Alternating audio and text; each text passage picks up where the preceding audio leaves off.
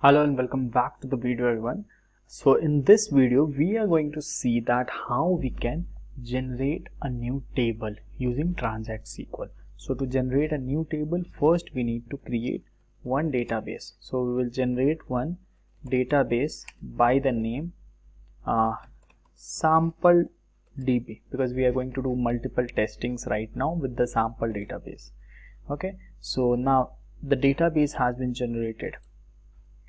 Okay, so the sample DB database has been generated.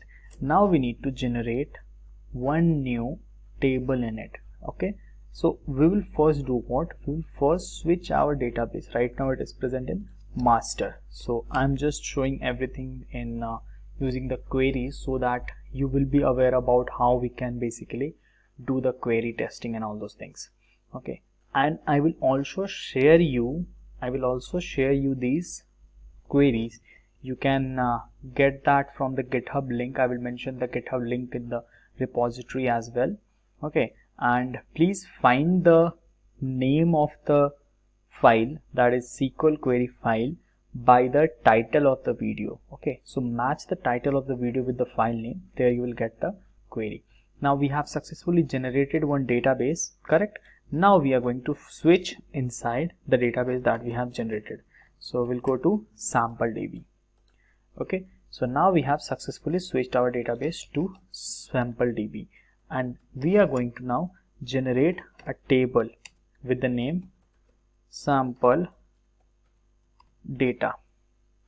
Okay, so here in sample data I need to mention the name of column and the data type, right? So I will mention it as let's mention with the same thing only, employee ID, and the name of the data type, that is integer. Here one more thing, let me tell you, you can add multiple constant. What is constant?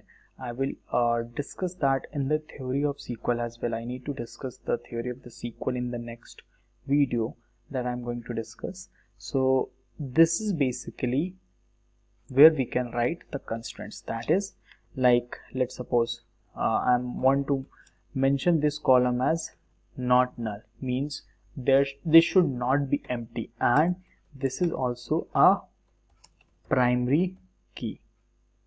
Okay, so anything if we want, we can basically mention primary key. So we can mention those constraints over here. Okay, now we'll mention another name, employee name, another column as employee name, and the data type I'm mentioning at n_varchar max.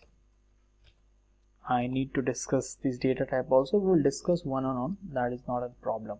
So right now we are generating on sample data, the table with the name sample data, right? So let's run this. Now you can see the data we have generated, that is sample data. Now we need to insert the data in it.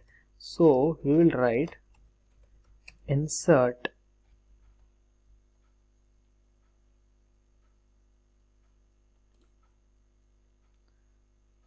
into the name of the table, that is sample data. And how we are going to insert the data? So first let's mention the name of the column, that is employee ID and employee name. Okay, so we have mentioned that. Now we need to let me give you the representation like this. This will be more easy to understand.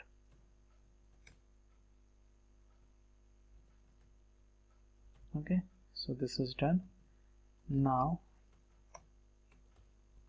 let's mention as values. So what are the values that you are basically required to insert in it? Let me show you now. As of now, this should be empty. Select all from sample data. So you can see the table is empty right now. So I am inserting the values as 1 and my name in string. So I will mention it like this because this is nvarchar max, the string data. And now I will insert the data. So it gives me a message that one row is affected. Now let's read the data. Okay, so now you can see I have inserted one entry, right? Similarly, if I want to mention it, the second entry I can mention as Rahul. Rahul is my second entry. And let's suppose you want to make one more entry, so you can mention it as